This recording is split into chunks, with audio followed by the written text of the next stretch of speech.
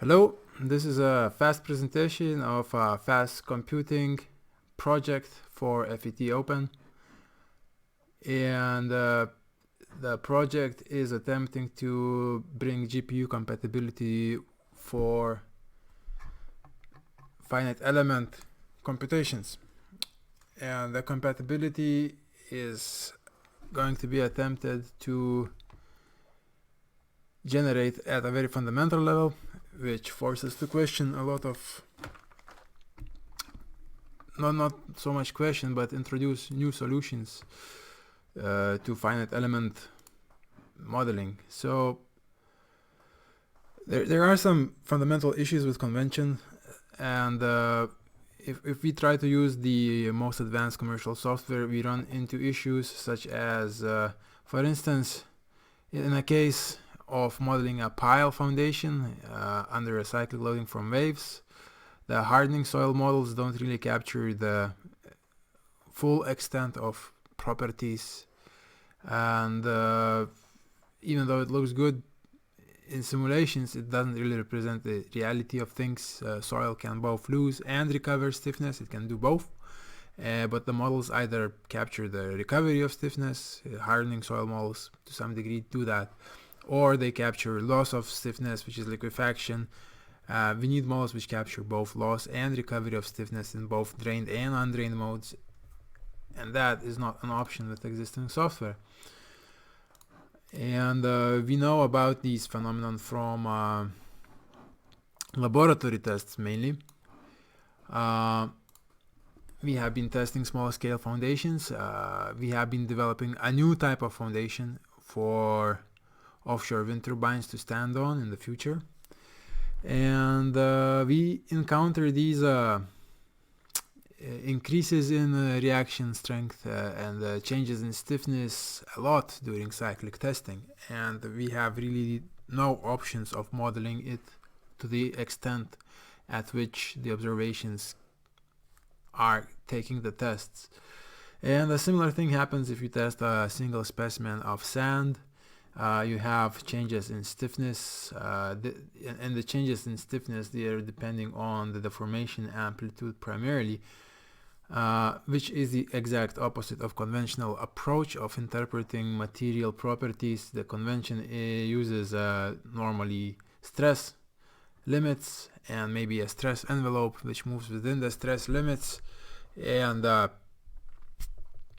in our case, the observed material properties change with the applied deformation amplitude. If the deformation amplitude changes, like in this case here, the stiffness hysteresis loop changes with the deformation amplitude.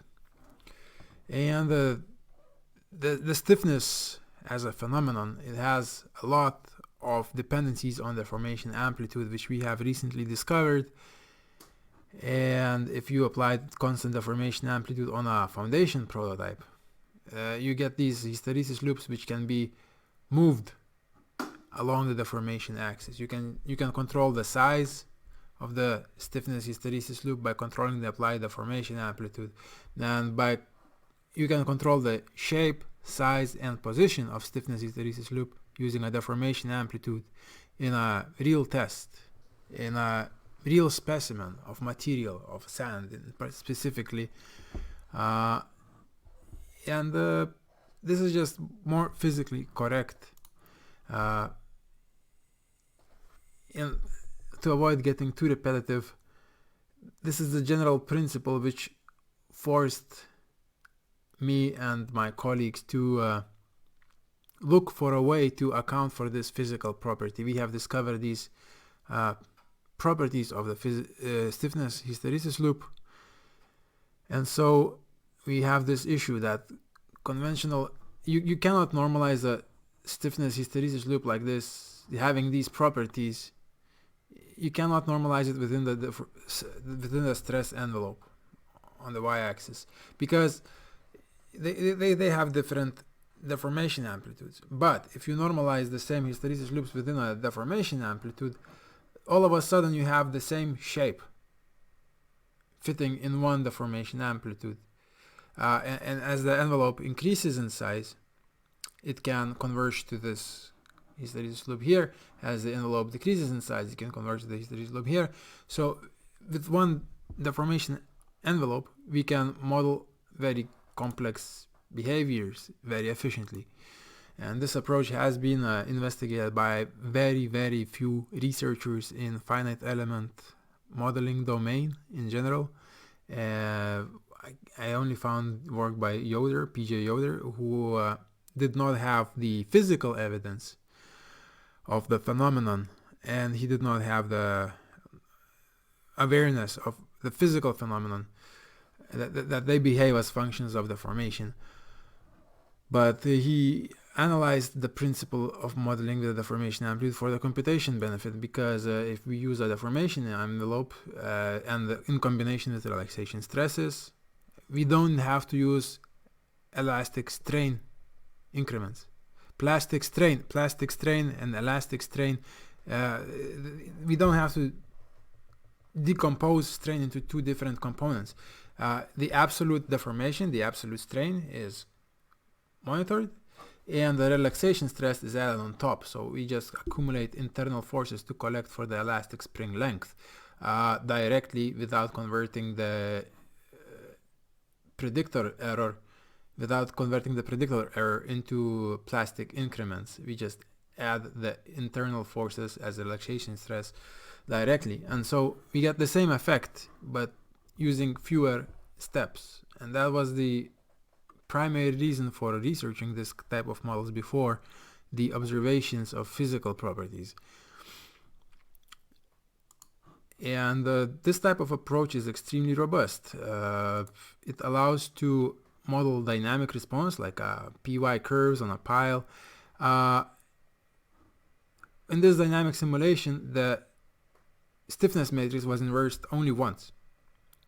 We can run dynamic simulations of unlimited duration, inverting the stiffness matrix once, and all of these springs here with deformation amplitudes, the deformation envelopes, they have nonlinear stiffness, moving hysteresis loops, which are scaling and shrinking depending on the deformation history. So extremely nonlinear material properties in a elastoplastic simulation with parallel computation compatible code, which has fewer code lines. It's basically is everything combined into one, and it's all following the physical phenomenon observed with the most recent tests in material sciences, where these stiffness hysteresis loops are observed to change their position, shape, and size as a function of deformation. Here, if you apply one deformation amplitude, they converge here. If you apply another one, they converge here. And if you apply a third deformation amplitude, it gradually converges towards that deformation amplitude as well. And not only stiffness behaves as a function of deformation, but also the volume change behaves as a function of deformation. So by having one deformation amplitude, deformation envelope, we can combine both the stiffness, hysteresis, and the volumetric response into one model and combine everything: the loss and recovery of stiffness, loss and recovery of density, liquefaction, post-liquefaction, pre-liquefaction, everything in one model, which is extremely dynamic computation compatible. And that requires a lot of rethinking and very unique solutions. So we will have to contemplate a lot of we'll have to create our own vocabulary in the process, essentially. And what has been shown right now is pretty much all there is to say about it. So this presentation is more or less over at this point. From what was given, it is possible to extrapolate the steps, the Yoder's work, and it's just a matter of discussing how to best use the GPU architecture. But yeah, just for extra proof of concept, here's a simulation of a pile in a pseudo soil, with deformation amplitude, deformation envelopes expanding, contracting, and this is applying a force on the top node, and every 100 cycles or so a deformation is prescribed on the top.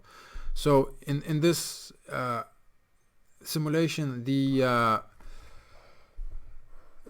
deformation amplitude is not controlled, the force amplitude is not controlled, the steps are giant, and everything is done in attempts to destabilize the model, but it still converges, and that's one of the benefits of deformation envelopes, that they always have, at every deformation spot, we always have a finite stress value. So there's no problem of reaching towards infinite deformations. It always creeps towards the solution, it always converges. It's extremely stable, this approach, even though it's not conventional. So we have the potential of applying very large loading steps and doing cyclic loading with just peak-to-peak loads if we wanna, and without the problems of discretizing into microscopic steps, 1,000 steps per loading sequence, which is conventionally the standard approach. So we can increase the computation speed a lot just by using this extra stable formulation, theoretical formulation. And as far as physical correctness goes, so that's one of the benefits. Much faster computation, much higher stability. We can do the same things as conventional models do, faster. But the higher value achievement in this case is the fact that we can capture extremely complex nonlinear phenomenon. The model describes the material as a function of deformation amplitude. And the experiments show that the stiffness behaves as a function of deformation amplitude, and the volume behaves as a function of deformation amplitude. So this allows us to capture the physical properties of extreme complexity because we are trying to capture them in a physically superior way, one could say. And this is a case of loading history where we apply some drain cycles on a sand specimen, then undrained pulling, undrained peak strength, drain cycles, and undrained cycles. So it's iterating between drain and undrained and so forth. At the moment in geotechnics, drain tests are considered to be a completely separate branch from undrained tests. No one is really trying to do what happens in nature, where you have rapid loads creating undrained conditions and then followed by slower loads which create drained conditions and then followed by undrained again, and drained. So iterations happen in nature, and that's what we're dealing with, and that's what we are trying to test, even though it's not conventionally the norm. And in the process of exploring the big picture, we found a model which converges towards the correct solution in these extreme loading cases. The model does sacrifice some intermediate precision at the moment. It's still in development. It's a very highly experimental research stage, but it captures most of the patterns of loss and recovery in stiffness, the peak strength shifts, and if the formation amplitudes are applied, the model converges towards the correct answer regardless of what disturbed soil state the loading begins in. The model moves towards the correct solution rather than depending on the correct initial definitions. So it's a very powerful approach, and it happens to be physically correct and extremely computationally efficient.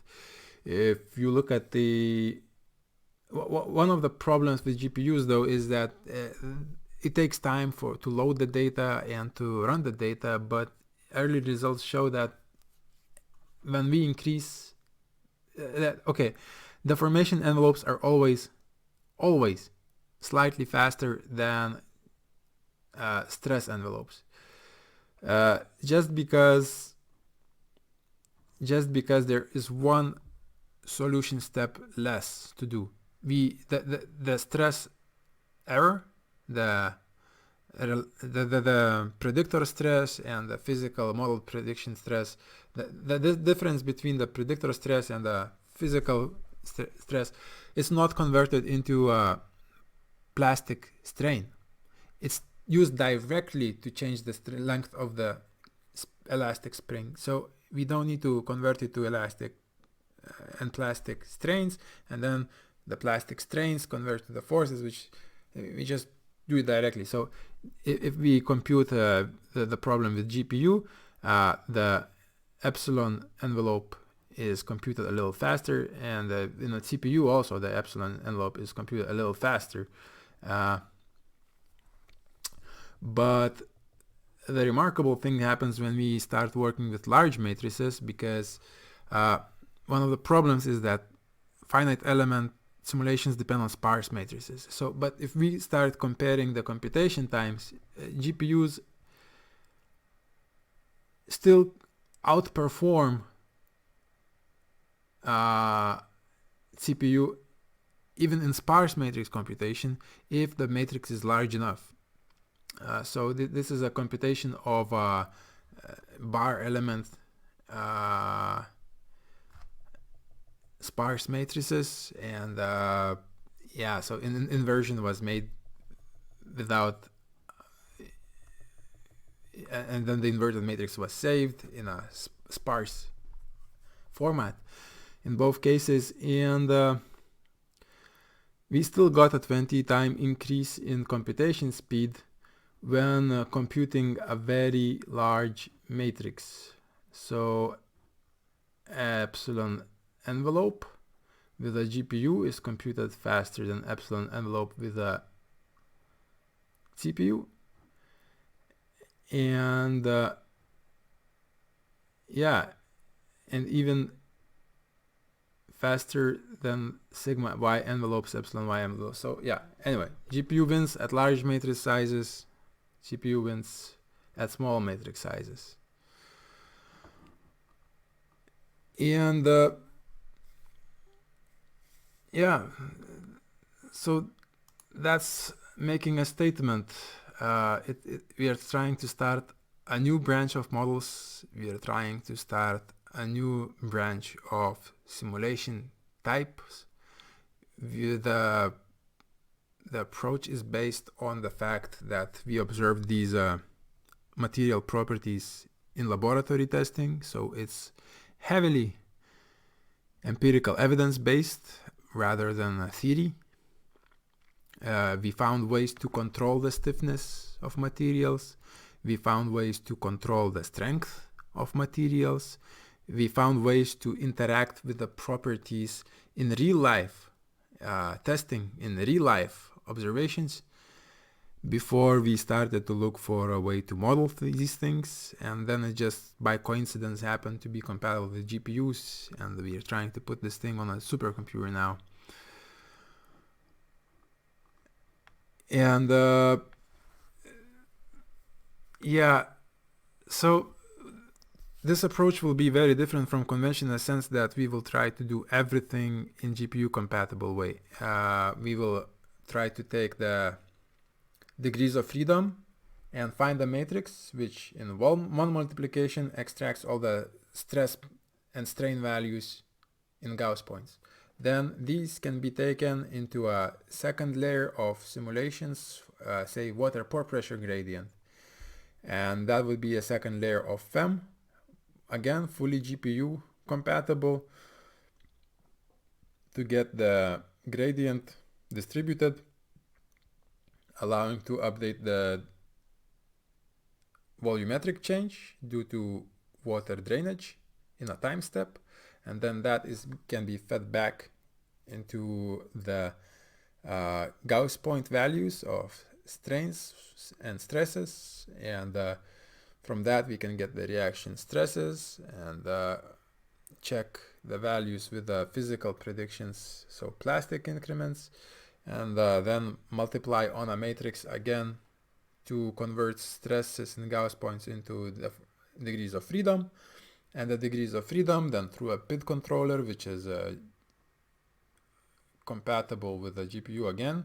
So convergence stability control tools GPU compatible, to make a plastic increment and check for convergence until all the steps are repeated again until convergence. And this is already done in 1D bar elements. For example, this hysteresis loops with hard limits, pure plasticity is kind of like a you could say Coulomb model, hardening soil equivalent.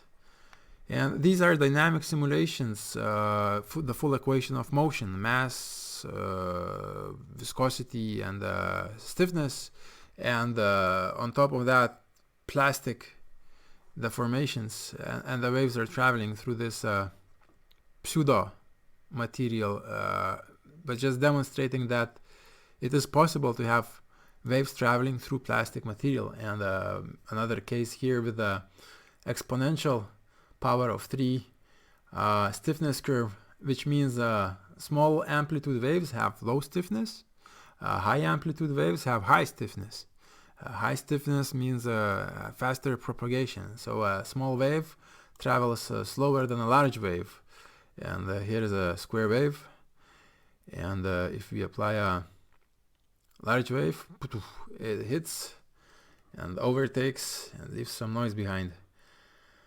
And so these simulations are very stable, parallel computation compatible, and if it works in 1D, we can make it work in 2D. And we will start with very simple problems in calibrating these 1D solutions. We can compare the wave shapes, the wave history at elastic stiffness fixed, and then if we repeat the same test with a different stiffness of between the bar elements, the wave shapes will change. But the elasticity can be corrected using plastic curve, plastic stiffness curve, towards which the corrector factors are added. And if we do that, then the plastic corrector matches the elastic prediction, which shows that the method is correct in a way. And then the method is also extremely stable. It's just a matter of setting the tolerances of relaxation stresses, and we can have these very noisy waves propagating through the medium, which are then damped. Yeah. And these kind of tests, they will require a lot of curious exploration. It is a heavily research-based project. As I mentioned, there is very little vocabulary in literature to refer to. We will have to analyze the behavior of the systems in 1D ourselves, diagnose the problems of stability and find tools of compensating for instabilities, and implementing plasticity, and basically creating our own pseudo models to test stability, as in these cases the stability is being tested. Create our own pseudo models to describe some of the material properties. The plan is that in the first 2 years we will have these pseudo models going in the core, and the core will have the main solver loop will have the PID controller and the very basic blocks of code established. In year 3, maybe we can start moving towards these conventional models like Coulomb and von Mises and so forth, maybe in 2D and maybe in 3D, because if the simulations work in 1D, we already have the basic structure in place. We have the degrees of freedom and the stiffness matrices and and then the conversion to stress points, Gauss points, and strains, and so forth. So we get the same structure from 1D can easily transition into 2D. And then conventional models, we already have a little bit of literature on those if we need it. And then in year 4, my hope is that we can do these more advanced models, maybe with 2 layers overlapping and the hysteresis loops moving and loss and recovery of stiffness, because in the end, as engineers are dealing with problems which are just far, far beyond the capacity of convention at the moment. And yeah, this pile, it should be generating pore pressures, accumulating deformations, losing stiffness, recovering stiffness. There should be a lot more happening here than the conventional software is capable of doing, and there is actually very, very little research and effort being put to reformulate the convention at a level adequate to actually make no compromise solutions. Yeah, so that's my vision for the project. I hope this is not confusing too much, but yeah, that's what we deal with, and I hope this research project is at least complex enough to be interesting, because the objectives are very practical, and even though they are far-fetched, I believe that the project has at least 3 layers of redundancy. The first one is making these general case simple simulations. If we have those, that's already useful because it provides a platform to develop on top of. And so in case we fail to deliver any conventional models, it's still useful. And if we manage to reach the conventional models by year 3 and we stabilize them, it's even more useful then, because conventional simulations can be done faster using this software, and it already has some market value, it has some research value. Basically, it allows to do the same thing as everyone is doing right now, but in less time. And if we succeed at year 4 and we manage to implement some advanced features, then we have something that is unique. It's not only faster, it's actually more physically correct and can allow to make simulations of maybe entire city blocks during earthquakes with massive sedimentation and pipelines, fractures, and skyscrapers during earthquakes, and also mechanical engineers can borrow some of this, and the similar simulations are required in concrete crack propagation models, and basically everywhere. These kind of features are missing in the paradigm, and very few researchers are brave enough to jump and say it out loud. Yeah, so that's the not so fast presentation of the hopefully fast computing methods. Thank you for attention.